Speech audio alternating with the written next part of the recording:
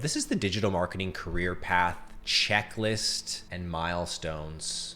We're going to be walking through quite an extensive list. I'd say it looks like it's about 40 to 60 points on this checklist. It's a career. I hope it's extensive. I wouldn't want to have a boring, simple career. Well, let's take a look. This checklist is a comprehensive roadmap for someone looking to start and grow a successful career in digital marketing. Let's zoom in. We don't even need that right-hand side really right now, but we'll take it. So at a high level, maybe draw your eye to the right side. At a high level, with phase 1, skills. Okay, that's pretty sensible phase 1. Phase 2, activation. Phase 3, apprentice. Phase 4, client acquisition. Phase 5, mastery. And phase 6, growth. So that's the 6 phases I'm going to go over today, and I'm going to show you why all these points of interest are here and some milestones you can use to check in on yourself to see if you are progressing. Now, I know it's a bit of a dense document, but you come here to learn. You come here to figure something out. We want it to be all on one page. Let's go over phase 1 skills. Let's keep it brief. If you have questions, throw them in the chat. Happily, we'll answer them. The first thing that most digital marketers set out on is web pages. This is the idea of understanding how to create and manage a web page, which means HTML, CSS, but in the modern day, more so WordPress. Some of you might know Webflow, Wix, Squarespace, and some of the more other dedicated tools for marketers such as Go High Level, System.io, many others. This is an emerging space. We've come so far when it comes to web pages. Somewhat 20 years ago, we had GeoCities and AngelFire and these companies that would let us build very, very simple web pages. We kind of had MySpace. That was kind of a web page, right? We don't really consider social profiles web pages as much anymore. But it's critical to learn web pages. Here it says it's the basis for all online presence. That's a very fair thing to say. So you really want to get a sense of what is WordPress. We might want to add that here. I'm going to add a few notes as I go along. You don't have to study HTML. You don't have to study CSS, which stands for Cascading Style Sheets, which is a way of making your website look consistent. But those would be valuable things to potentially learn. I bet you a lot of marketers don't know the actual coding languages, but at least understand how these operate. If you could write 3 to 5 basic lines of each, you're probably well on your way because almost everything can be looked up. Okay, next one, after you get web pages, now that you know web pages, you can venture into SEO, which is about driving organic traffic to a website. It's about making your website visible. So SEO is a fantastic skill to understand because really what you start to learn about is how people use keywords. And keywords are everywhere. Keywords are anywhere you have a search bar. SEO is anywhere you have a search bar. SEO is understanding that when there's many things to look at in a database, millions of web pages, for instance, you have to rank those in a certain way. And once you understand how they're ranked, you can game the system. And that's what SEO really is. And over time, Google has tried to make SEO as wholesome as possible, but still there remains a lot of tactical things you can do. And this means you can get traffic to any website. And so if you can make a website and you can get any traffic to it, you're in a great position. You're doing something many, many people cannot do. The next thing on the list is content creation. You're just going to want to understand the 4 mediums: video, audio, text, and images, because content is the backbone of digital marketing. Everything really is content when you think about it. Email is content, SMS is content, web pages are content, ads are content, YouTube is content, this is content. So right now I'm showing you I know how to use video in live stream format, and I know how to use text on the screen, right? You want to use as many as possible. The best way to do that is to start making stuff. And you don't have to make stuff that everyone knows about. You're free to keep it private. You're free to build quietly and silently, and just hone your craft. It's tricky. I noticed on TikTok recently, like a lot of people I kind of know were showing up on my feed, and I'm not really interested, but I do kind of know them in real life for whatever reason. I think it was maybe a WhatsApp contact or something. I know people don't really like that, especially when they're starting out.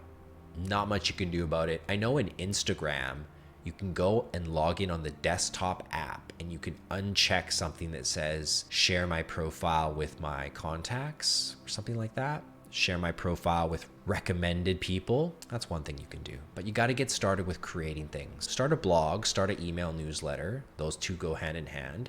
Start a video channel, start shorts, start a podcast. Those are all great ideas. I started many channels. I was just logging into one of my YouTube channels and I noticed I had like 12 channels there.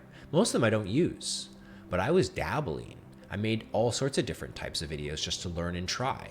So you have all these channels that you can just use to practice. The next thing once you're making content is to just publish it to get as much reach as possible. And that's sort of a promotional skill. It's useful, certainly, but it can really take people out of their authentic self. You know, trying to do things for the sake of reach. It's understandable, but it's a bit of a challenge. What do you think? Definitely something though that you need to hone in on, whether it's using hashtags or keywords, whether it's posting at the right time, whether it's using the most popular formats, whether it's creating native content directly for that channel. These 4 skills really make up the heart of the beginning digital marketer. Blogging and making pictures and videos, putting them on social media. You want to become sort of a next level. You want to start getting into full stack. What that really means is I can attract people with the front end of my website, and I have all this back end automation platform system that helps me sell things behind the website.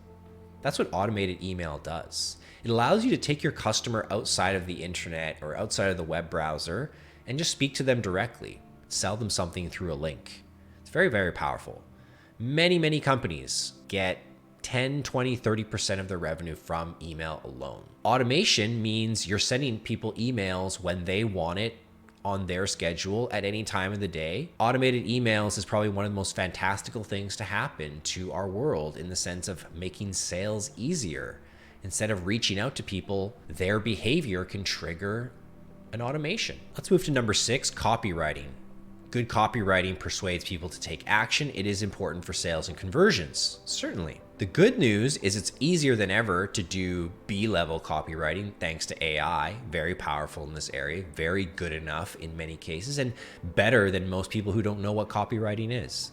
But I would certainly strive to understand what would be A-level copy, which is just more customized, more unique, more natural, more fun, more gripping. Okay, there's like professional writing, and then there's really persuasive, deep copywriting. It's tough to get that with AI. The way you learn copywriting is by practice. You can copy other people's copy by hand. That's often been recommended to try and train the brain, go slow through it. But all you can really do is put stuff out there. Run a Facebook ad, create a sales page, run a landing page. If you can get people to take action, it's working. Right? If I create a web page and on that web page, it asks you to download something, but you have to enter your email and people are doing it, your copy's pretty good because that's the only thing people can see is your copy. Maybe a picture or two, but the copy could easily be slightly different and have completely different results that would lead to nothing, right? There might be unclear action. There could be a big error in user experience. So if you are able to get some conversions, you know you're on the right track. And it really helps to have some sort of, for me, I had a couple options. I had a couple blogs that I owned that I was slowly building and sometimes building fast. Writing a lot of articles all at once, 10 in a day sometimes. Rarely, but sometimes. And that allowed me to put a landing page on that website because that website was ranking in Google, getting all sorts of traffic. And if you have traffic, you can put a landing page in front of that traffic. And if you ask those people to do something, they just might do it if what you offer them on the landing page is very similar to the words that brought them there, to the blog or content that brought them there, to the keyword they searched. If you can get that coherence. And what is all this we're talking about is really funnel building. Step-by-step user experience, guiding people through a buying process. Here, learn about it. Here's the details. Here's how you pay. Here's how you get it. Funnel building is elusive for people. It's hard to understand until you get into it. But once you get into it, it's pretty straightforward. The great thing about funnels is it helps everything else because the right message is applied at the right time by visualizing where the customer is at in the journey. Break it down. This is a consulting level skill. This is strategic. This is business game changing. So now you're really getting into the intermediate skills here, right? And as you're becoming a full stack marketer, and that's what it takes to be a freelancer. You can't just, I mean, you can have an offer and you can be very specific, but there's just so many different things that can shift, change. People could have a question, and sure, you don't need to know everything, but it's not impossible to learn the theory and fundamentals of everything. It may take some time to apply it and get experience in everything. But again, if you are able to build out your own projects, even the most simplest websites, you can test the same concepts. Even if you had 50 people on your website, you could still test the concepts. You know, when I first launched Rich+Niche, nothing was automated. You don't have enough leads to worry about automation. And even more so, that's the time to really go hard when you're starting out. I was just noticing that I was sending Loom videos to every lead, whether they asked it for or not. And I was explaining them the program in person, just like this on a screen. Number 8, digital advertising. It's a little late in the stage, but makes sense as well. You know, you don't want to spend too much time in digital advertising if you don't understand what a funnel is, if you don't know how to write copy, if you have no automated email set up. You really don't want to get into digital advertising. It's kind of like saying, I'm going to go race my car. I have no wheels. The windshield's cracked. Doesn't make sense, right? You would do those other things first. And I've been a big proponent of that. While everyone else was telling people how easy it is to run Facebook ads, and it is, the idea of Facebook ads is quite simple ultimately. What's hard is building a machine ready to handle the traffic that comes from the Facebook ad. The Facebook ad only has a couple moving parts. A funnel has a decent amount of moving parts. So I do think digital advertising makes sense as a later stage skill. I think you're going to get so many more opportunities being competent and confident in organic, but I would strive to understand digital advertising, and I think for some of you it is right. If you have a sense of that, if you've already tasted and dabbled in it, maybe it is right for you. Wrapping up phase 1 is project management, because if you want to freelance, you're running projects. So you just have to get used to knowing how to build a project, meaning, okay, I have to choose all the tasks, list them out. Maybe there's a time limit. Maybe I have to work back from the time and say how many days left. For professionalism, it's pretty important. Not that hard to learn though, more about being disciplined and sticking with the system. It's not that hard to learn. It's especially if you have a tool like Notion, not that hard to learn. Google and Meta certificates. These are just useful. Why wouldn't you want to learn directly from the world's biggest platforms? You know, it's kind of like as if banking just got popular and like, what is the name of a big bank? JP Morgan or something? And they're like, get a JP Morgan certification. It just kind of like makes sense at the time that you would learn at very low cost directly from the people who are making these algorithmic based software platforms. Is there any other skill you can think of that I kind of forgot that we really should add? I mean, I'm sure there is some, but I'm not sure it's needed. Maybe you could find some.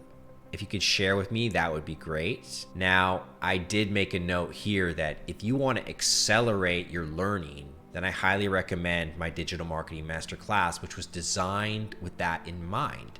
That, there's a bunch of skills that I've learned over my career. How do I transmit them all? Why would I want to give them all?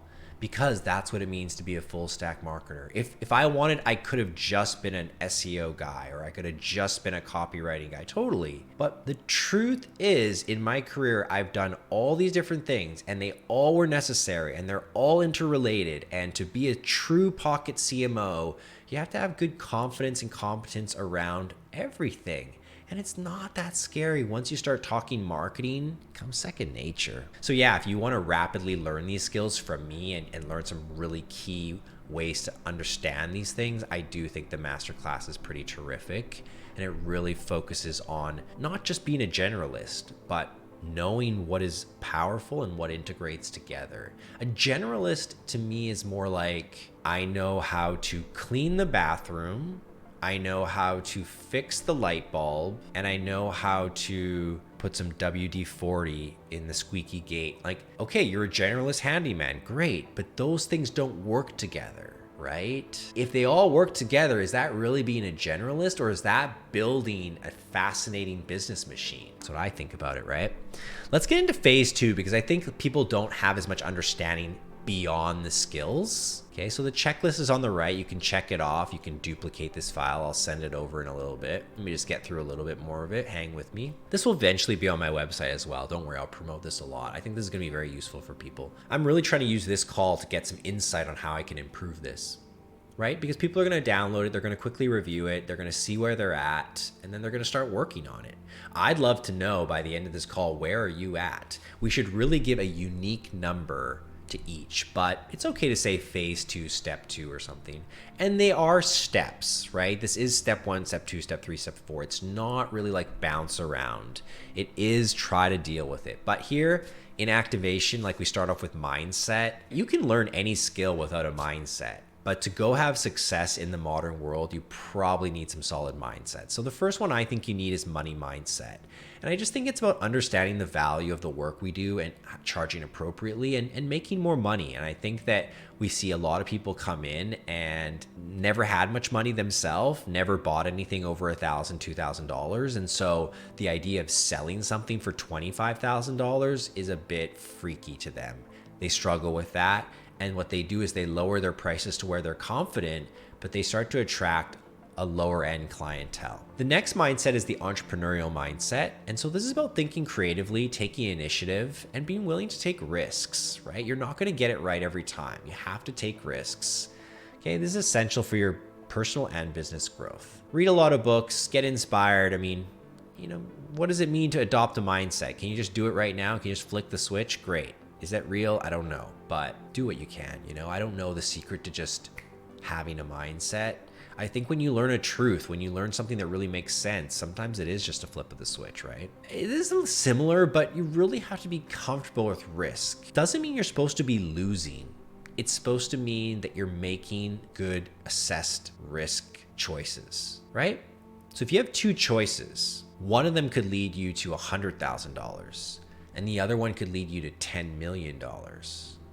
And the first one, you're 50% likely to get it. And the second one, you're 5% likely to get it. Which one should you do? Is there a right answer, right? But ideally, you want to do the biggest things and you want to keep playing until you win. It's okay if you lose sometimes because you're going to win big once. It only takes once, right? To really get your life started, and then a lot of other things can change. Every choice has a likelihood of failure or a likelihood of success. Multiply that by the value of the opportunity you see to get the risk assessed value. So if it's a 100K opportunity, but 50% of the time it fails and you don't make anything, it's a $50,000 opportunity. 0.5 or 50% times 100K. Number 4, moving away from mindset. Now, if you're going to go out there and sell some services, be a freelancer, you're going to have to set up your business domain, your website address. You can't skip this. Then you're going to need some sort of hosting because that's going to set up your business website. WordPress, fine. System or Go High Level, fine. Squarespace and Wix, not fine. Flow, I'll let you decide whether that's fine for you or not. You don't just want a blank page. When you set up your business website, you should be going into it saying, I know what I want to sell. That's why I'm setting up this website. I'm going to be selling brand strategy, brand refresh. I'm going to be selling lead generation, pay per booked appointment. I'm going to be selling content packages, content strategy, like whatever it is, because your website and your domain should somewhat be relevant. Like, you don't want to be a content company and call yourself like Super Ads, or that's not a good example. You don't want to be an SEO company and call yourself Super Ads, right? That's what I mean. Try to get it in alignment. You need to set up your pricing here. Definitely want to start off probably pretty lower. I think I put introductory pricing down here as well. Yeah. You have to set a price. Even if you're not going to take that price, at least start thinking about that. You have to have some sense of a business model or a business plan, like what am I generally going to sell this at? How many clients would I need to achieve my goals? And then you need some basic marketing materials. Hey, that could be as little as like a cold email campaign, 4 basic emails.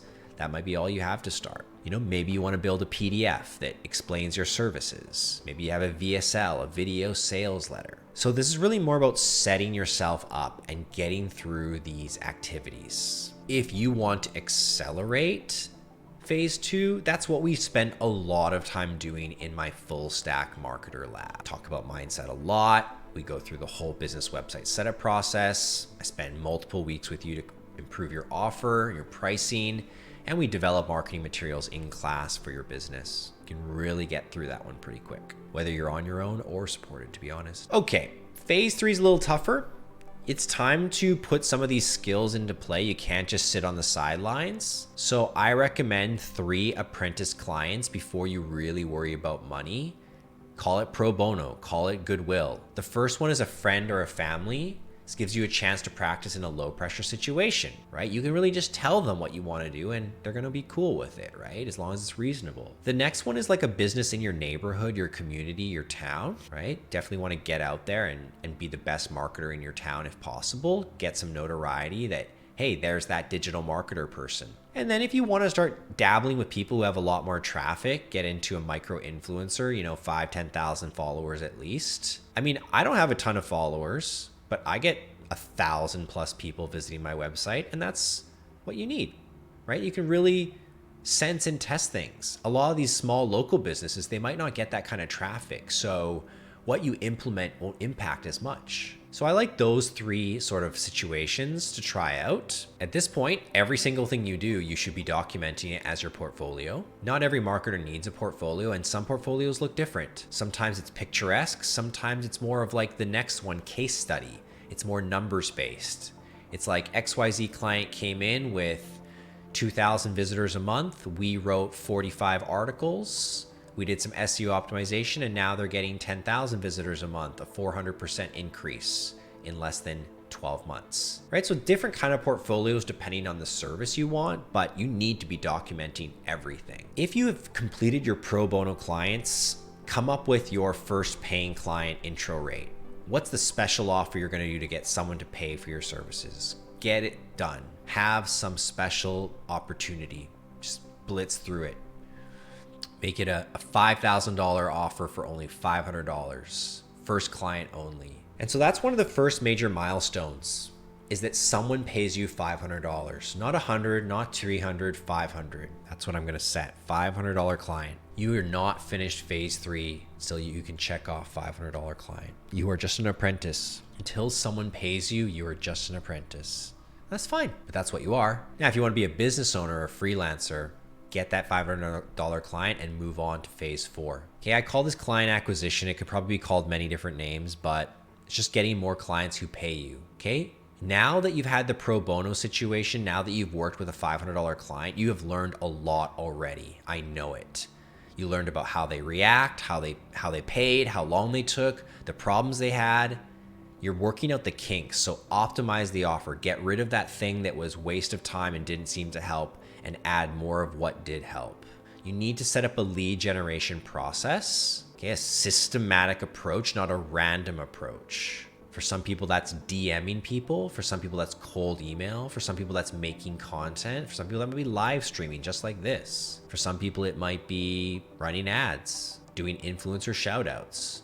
Something that gets a large amount of people to hear and see about something, and that they can opt in, and that becomes a lead. You might want some outreach, okay? Reaching out to people, speeding up the process, not just waiting for things to come to you. It's time to build out your network, build relationships with other professionals. This can lead to many referrals and partnerships. And you're gonna wanna think about those closing skills, those sales skills, being able to convince a potential client to hire you for $10,000+. Okay, so the next milestone is a $12,000 client.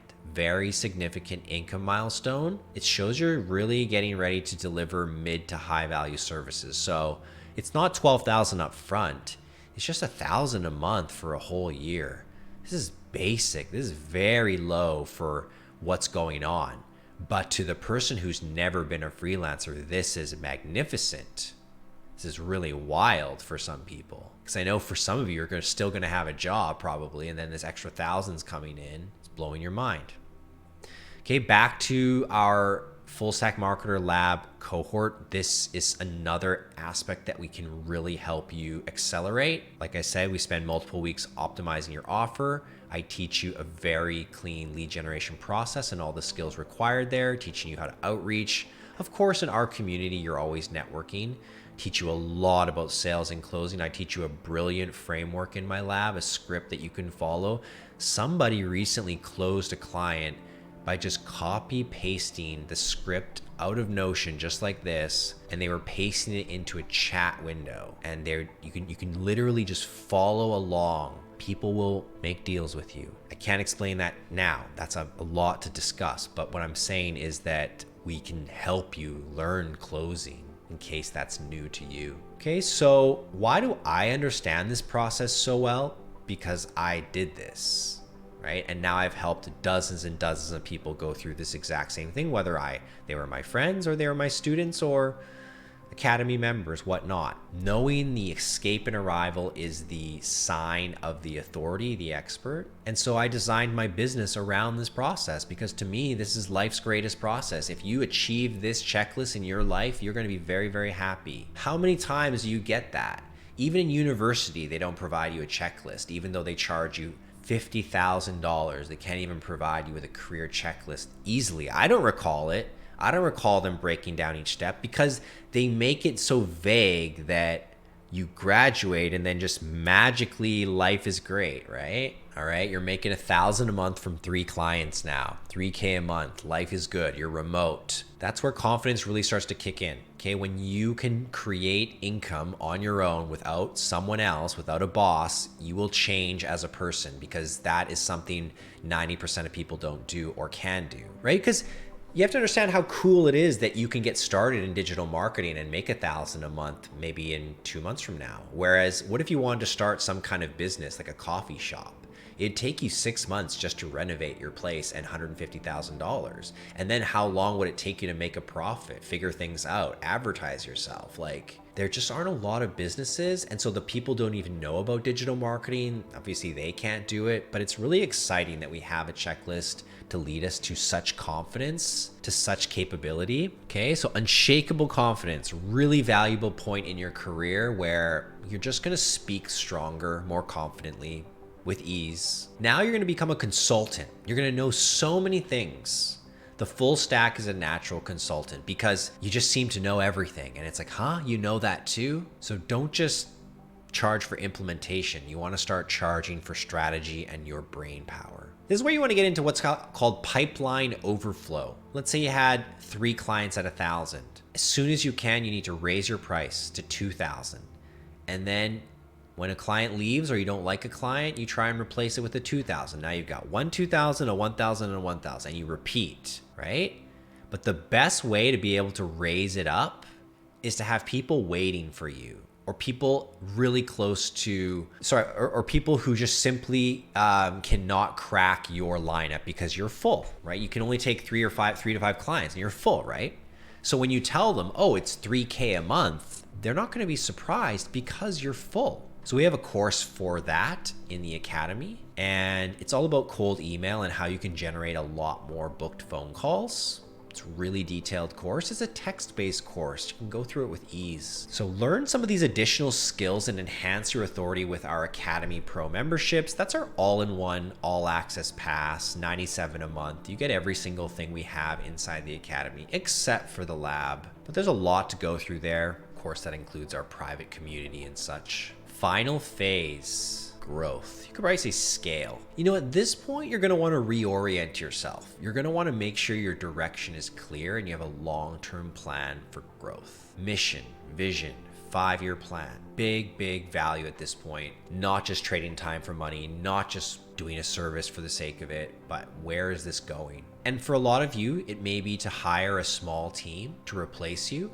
So you need to get into systemization. Creating systems and processes is all about efficiency and trainability. If you can't show someone else how to do it, you're going to be stuck with it. And that might inform you on how you want to grow your business, which areas that you prefer. And that's the power of the full stack.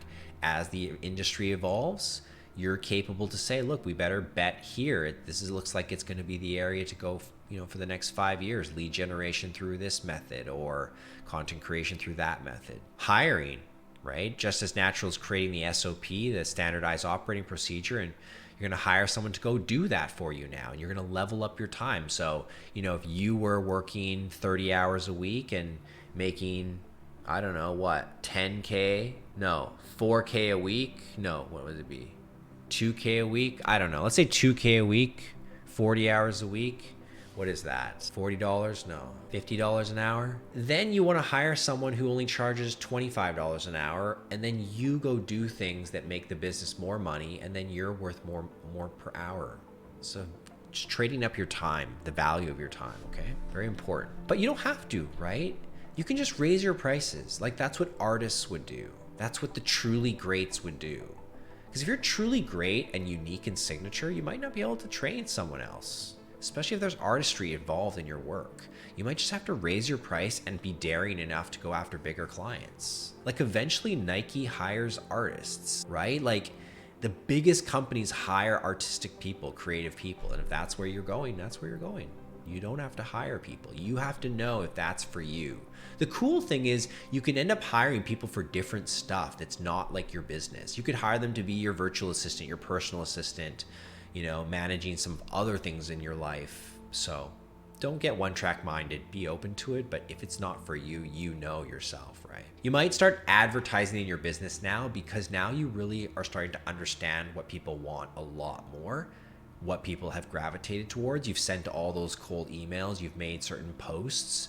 You're gonna know what message resonated. And here comes the big milestone, $5,000 a month for 12 months. Significant, difficult, and not necessarily doable by yourself. When I was doing a $5,000 a month, 12-month gig, there was probably 3 other people that took a piece of that throughout that time. Maybe someone was there at the very beginning doing a big asset like a new website. Maybe later on, someone was doing the content strategy and planning. You could drop this down a little bit. You know, you'd be still doing really well if this said $3,000 or $4,000 a month, but $5,000 a month isn't insane when you're working with companies who are in the 9 figures. And so that leads you to believe that you probably have to get pretty specific about what you do, because if a company's in the 9 figures, they don't need a funnel consultant. They need a very specialist type person. And so that is one of the challenges, is that navigating yourself as a freelancer or a business owner at the different price points, and recognizing that as price points get higher, generalists may not be as in demand because people have more money to hire for the individual roles. Whereas the lower end, they don't have enough money, so they're looking for one person who can wear many hats so they can save on that.